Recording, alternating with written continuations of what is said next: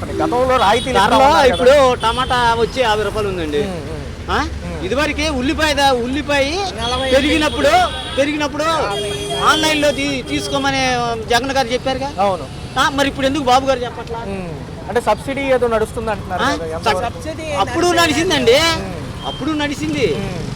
ఇప్పుడు ధరలు ఎలా ఉన్నాయి? సామాన్య కొనగలుగుతున్నా బాబు వస్తే అన్ని ఇది అయిపోతాయి. ఈ రోజు మంచి నూనె ఎంత? 180 రూపాయలు దాకా ఉంది. 180. జగన్ ఉన్నప్పుడు ఎంత? అప్పుడు బాగానే ఉన్నాయి కానీ రేట్లు అటు ఇటు తగ్గుతున్నాయి. ఎంత ఇప్పుడు? 90 కాదండి, 110 నుంచి 140 లోపల ఉన్నాయిలేండి సార్. మీరు చెప్పండి వచ్చి. సరే సార్ చెప్పండి. ఎలా అనిపిస్తుంది మరి? పనులు ఏమైనా ఉన్నాయా ప్రభుత్వాలు గురించి ఏమంటారు? నేను టైపింగ్ వేసిందండి, పనులు అసలు లేవు. ఈ రేట్లకి బస్తా వచ్చి ఇదివరకు జగన్ ఉన్నప్పుడు 100 రూపాయలు, ఇప్పుడు 150 రూపాయలు బస్తా.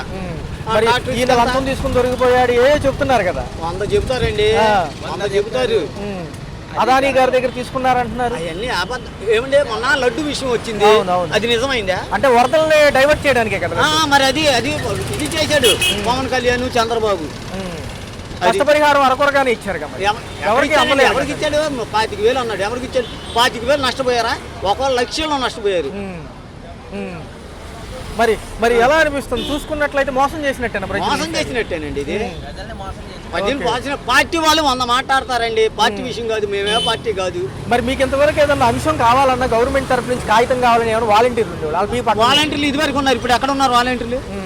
అది ప్రతి ఒక్కటి ఇప్పుడు తాలూకా దగ్గరికి వెళ్ళాల్సి వస్తుంది. అవుతాయి అక్కడ పనులు అవుతాయి. అవదు. వారానికి 10 రోజులు తిరగాలి. ఏదో పార్టీ విషయం మాట్లాడే 100 మంది చెబుతారు. అది మరి 4 ఏళ్లలో అభివృద్ధి అంతా అయిపోతుంది. ఏమవుతుంది? మీరు చూస్తామండి, మీడియా వాళ్ళు చూస్తూ ఉంటారుగా, మీరు చూస్తామండి. పోలవరం పరిగెట్లు ఇస్తారంటున్నారు. పరిగెడతాదో కూర్చుంటుందో చూడండి 5 సంవత్సరాలు. అది మరి ఇక చూసుకున్నట్లయితే ఈ అంశానికి వస్తే 100కి 90 పైసలు అంటున్నారు కరెంట్ ఛార్జీలు. మళ్ళీ అదేనండి బాబుది ఒకటి ఇది ఉంటది, ఒకటి ఉండదు. దోచుకోవటమే. అది అందరు పంచుకోవాలి కదా ఇప్పుడు. అది ఈసారి పేదవాడి పరిస్థితి ఏంటి మరి? పేదవాడే. పనులు కూడా ఉండవా? పనులు లేవండి, పనులు వస్తావు.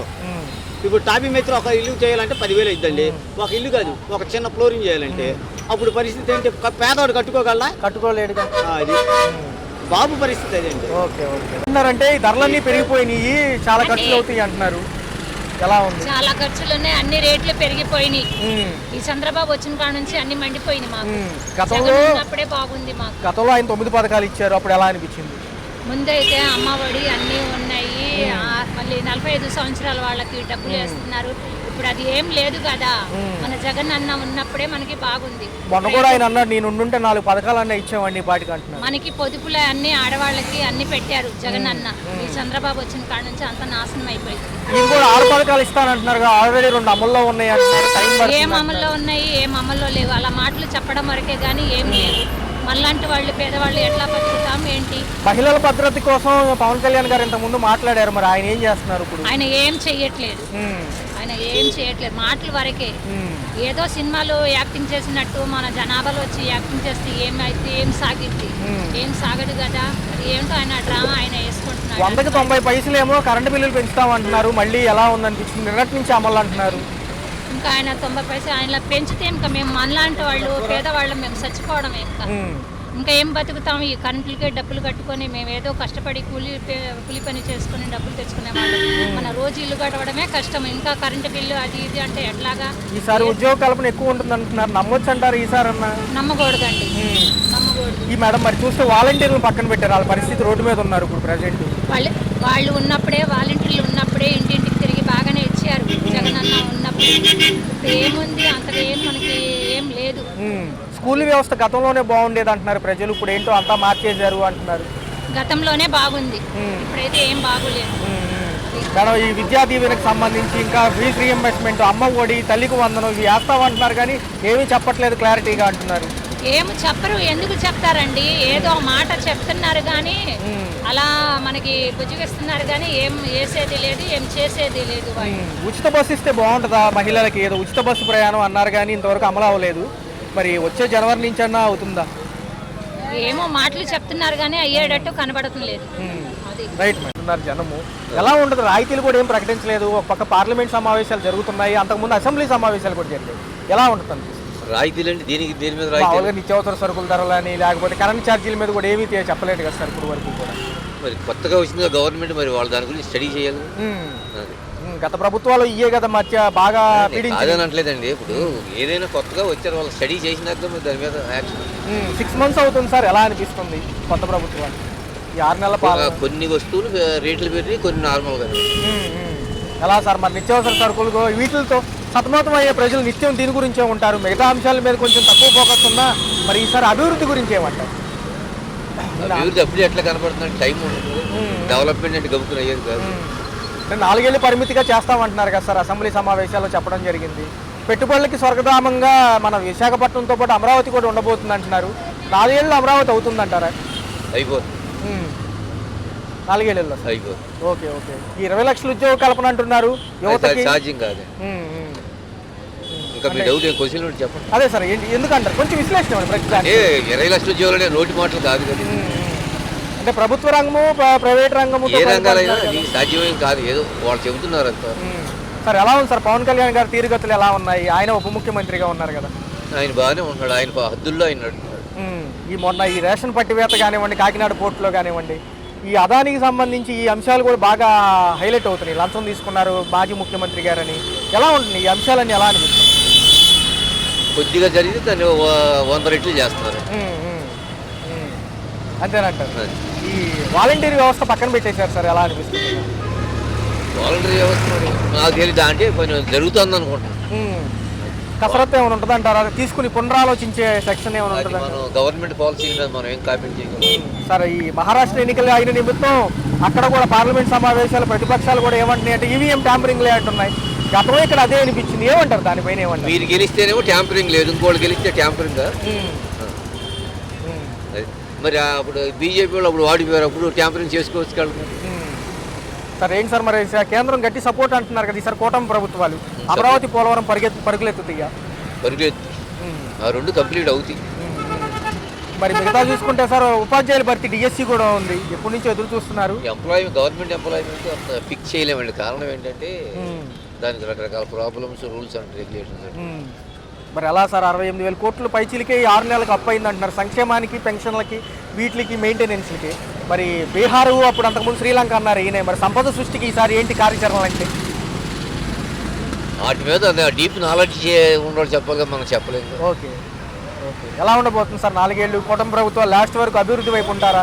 రోడ్లలో పీపీపీ విధానం అంటున్నారు, గ్రామాలకు కూడా టోల్ గేట్లు వస్తాయి అంటున్నారు. ఇవన్నీ ఊహాగానాలండి, అవి జరిగినాక జరిగింది.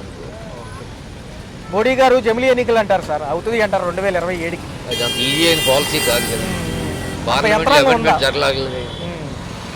యంత్రాంగం సరిపోతుందా అంత? అది యంత్రాంగం అసలు ముందర పార్లమెంట్లో అమెండ్మెంట్ అయినాక. ఓకే. పైన ఇంకా సామాన్యుడు చూస్తూ ఉన్నాడు, ఈసారన్నా ప్రకటిస్తారేమోనని. ఎలా అనిపిస్తుంది? రేట్లు అయితే బాగానే ఉన్నాయండి. టమాటా వచ్చేసరికి 45 ఉంది, ఉల్లిపాయ వచ్చేసరికి 48 ఉందండి. ఇంకా ధరల స్థిరీకరణ కింద ఇంకా తగ్గిస్తే బాగుంటుందని మేము అనుకుంటున్నాం. అన్నయ్య గారు ఈసారి సంక్షేమం 40% ఇచ్చి అభివృద్ధి వైపు వెళ్తామంటున్నారు కాబట్టి ఇంకా ధరలు పెరిగే అవకాశం ఉందని చెప్పి నిపుణులు అంటున్నారు, ఏమంటారు? ఆయిల్ ప్యాకెట్ చూస్తే 160 రూపాయలు అయిందండి. సామాన్యుడు కొనలేడుగా. అదే ఇంతకు ముందు అయితే ఎంత ఉండేది? 110, 100 రూపాయల లోపు ఉండేది, మళ్ళా పెరిగిలా. అన్నయ్య గారు కూటమి ప్రభుత్వాలు వచ్చాయి, పవన్ కళ్యాణ్ గారు ఉన్నారు, మొన్న రేషన్ బియ్యం పట్టుకోవడం జరిగింది. ఎలా అనిపిస్తుంది ఆయన పనితీరులు, ఎలా అనిపిస్తుంది సార్? ఆల్రెడీ సీజ్ చేసిన దాన్ని మళ్ళీ సీజ్ చేయడం అంటే ఎలా ఉంటుందండి? అది ఆల్రెడీ సెంట్రల్ గవర్నమెంట్ కింద ఉంటుందండి పోర్టు, ఇంటర్నేషనల్ కాబట్టి ఆయన చేయడానికి ఉండదు. కోర్టులు పరిధిలో ఉంటాయి కాబట్టి కోర్టు జోక్యం చేసుకొని జడ్జి గారు ఏం తీర్పిస్తే దాని ప్రకారం చేసుకుంటాం. ఏదైతే ఉందో అదేమో సెంట్రల్ గవర్నమెంట్కి సంబంధించిన వాటర్స్లో సీజ్ ద షిప్ అన్నారు, ఆ షిప్ సీజ్ చేయడం కుదరదు అంటున్నారు. ఇప్పుడు ఏం చేయాలంటారు? అసలు చూసుకున్నట్లయితే అసలు దానికి అవకాశమే లేదంటున్నారు. మరువు పోయింది కదండి. ఆల్రెడీ నాదేంద్ర మనోహర్ సీజ్ చేశారు, దాన్ని గోడంలో పెట్టారు. మళ్ళీ దాన్ని ఏం చేశారు? షిప్లోకి వెళ్ళి ట్రాన్స్పోర్ట్ చేసుకుంటారు. అది వీళ్ళకి సంబంధం లేని విషయంలో వెళ్ళి పెట్టి షిప్ అని చెప్పి తల ఎగరేసుకుంటే ఎలా ఉంటుంది? అలాగే ఉంటుంది. అన్నయ్య గారు మరి ఒక పక్క జగన్మోహన్ రెడ్డి గారు, ఒక నిమిషం, జగన్మోహన్ రెడ్డి గారు నేనుంటే ఈ పార్టీకి 4 పథకాలన్నీ ఇచ్చేవాడిని అంటున్నారు. మొన్న అసెంబ్లీ సమావేశాలు 10 రోజుల్లో జరిగాయి, ఎలా అనిపిస్తుంది? ఆయన ఉన్నప్పుడు ప్రతి ఒక్కరికి అర్థమైందండి ఇంతకుముందు సంక్షేమ పథకాలు ఎలా ఉన్నాయో ఇప్పుడు ఎలా ఉందో. ప్రతి ఒక్కరు సచివాలయం చుట్టూ తిరుగుతున్నారు. ఇంతకుముందు సచివాలయం చుట్టూ ఉండేది కాదు, వాలంటీర్ వచ్చి చేసేవాడు. కాబట్టి వాలంటీర్ వ్యవస్థ కూడా ఉండాలి. ఆయనకు కూడా తెలియాలి. బాబు గారు 40 ఏళ్ళ సీనియర్ అన్నారు కదా, ఆయనకి తెలియట్లేదు ఈ విషయం. సంక్షేమ పథకాలు అమలు చేయాలి, చేసి మళ్ళీ ఏం సుఖం. ఇప్పుడు విద్యుత్ ఛార్జీలు పెంచుతున్నారు. అవును అవును. ఈ రోజు నుంచి నిన్నటి నుంచి విద్యుత్ ఛార్జీలు యూనిట్కి 90 పైసలు. అవును, 190 పైసలు. చాలా దురదృష్టకరం నాకు తెలిసి. ఇప్పుడు రాయితీలు అయితే రాలేదు. రాయితీలు అంటే ఏం కావాలా సార్ కొద్దిగా విద్యుత్ పైన కానివ్వండి, విద్యుత్ పైన కానివ్వండి, విద్యుత్ పైన రాయితీలు వస్తున్నాయిగా, నిత్యావసర ధరలు, పౌర సరఫరా శాఖకు సంబంధించి అందరూ శుభ్రంగా చూస్తున్నారు, ఏం ఇబ్బంది లేదు. చంద్రబాబు నాయుడు గారు ఉల్లిపాయలు అమ్ముతున్నాడు 36 రూపాయలకి. ఇంకేం కావాలి జనాన్ని తింటాకి? ఏదైతే రేషన్ బియ్యం పట్టివేత కాకినాడలో ఎలా అనిపించింది సార్? రేషన్ బియ్యం పట్టివేత దొంగలు పట్టుకుంటున్నారు ఇప్పుడే. ఇప్పుడు మన దొంగల్ని పట్టుకుంటున్నారు. వైసీపీ దొంగలందరినీ వేటవాడి పట్టుకుంటున్నారండి. అది ఒకటి దొరికాడు, ఒక షాప్ దొరికింది, ఒక షాప్ దొరికితే వేసేస్తారు.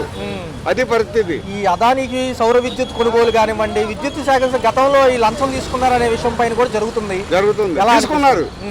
తీసుకున్నారు దొంగలాగా తీసుకొని జనం మీద వేసేసి ఒక్కొక్కటి దగ్గర 15,000 20,000 కట్టించుకున్నారు. అదనంగా దోసుకొని తినేశారు రాష్ట్రాన్ని. అందుకే 11 సీట్లు ఇచ్చారు. షర్మిల గారు కూడా నిజం ఉంటే చెప్పండి, జగన్ గారు నిజం తెలుసు, మనం చెప్పేది మనకేం తెలుసు, ఆయన తెలియదు. ఒప్పందం ఇద్దరుగా చేయడం ఒప్పందం చేసుకుంది, మనం ఎందుకు చెప్పాలా? ఇప్పుడు 1,00,000 కోట్లు దోసుకున్నారు రాష్ట్రాన్ని, వాళ్ళకి తెలీదా? ఈ 6 నెలల్లో నేను ఉండుంటే అది రుషికొండ ప్యాలెస్ కట్టాడు, ఆవిడ బాబు సొమ్ముతో కట్టాడు. ఆడు బాబు సొమ్ము అది ఏమన్నా లేదా రోజా అమ్మ, దాని అమ్మ పువ్వు సొమ్ము, దాని అమ్మ కూడా సొమ్ము. అది ఎవరి సొమ్ము? అది రుషికొండ ప్యాలెస్ ఎందుకు కొట్టింది? రోజా 100 కోట్లు తెంగేసింది, దాంట్లో 100 కోట్లు తప్పింది అది. మరి ఎలా ఉంది సార్? చూసుకున్నట్లయితే సంక్షేమానికి సార్ 40% ఇస్తాము, 80% వల్లే మేము లోటు బడ్జెట్ లోకి వెళ్ళాము ఈ ప్రభుత్వాలు అంటున్నారు. అసలు ఏ బడ్జెట్ లేదు. చంద్రబాబు నాయుడు గారు అన్ని శుభ్రంగా చేస్తాడు, అంతా లో క్లాస్ వాళ్ళ చూస్తున్నాడు. ఒక 6 నెలలు టైం పడుతుంది. ఈ దొంగలందరినీ పట్టుకొని జైల్లో వేయాలా, వేస్తే కానీ అప్పుడు వెళ్ళరు. ఈసారి పోలవరం అమరావతి అభివృద్ధి పోలవరం అయిపోద్ది, డబ్బులు గవర్నమెంట్ సెంట్రల్ గవర్నమెంట్ వస్తుంది, వీళ్ళు చేసేదే ఉంది. మోడీ గారు ఎంత అయితే అంత ఇస్తున్నాడు రాష్ట్రానికి. ఇది అయిపోతుంది, అమరావతి అయిపోతుంది, అన్నీ అయిపోతున్నాయి. ఉద్యోగ కల్పనగా 30 లక్షల ఉద్యోగాలు అన్నారు, కాకపోతే 20 లక్షలు ముందు ఇస్తామంటున్నారు. ఇస్తున్నారుగా, మొదలైంది కదా. ఇప్పుడు ఒకటి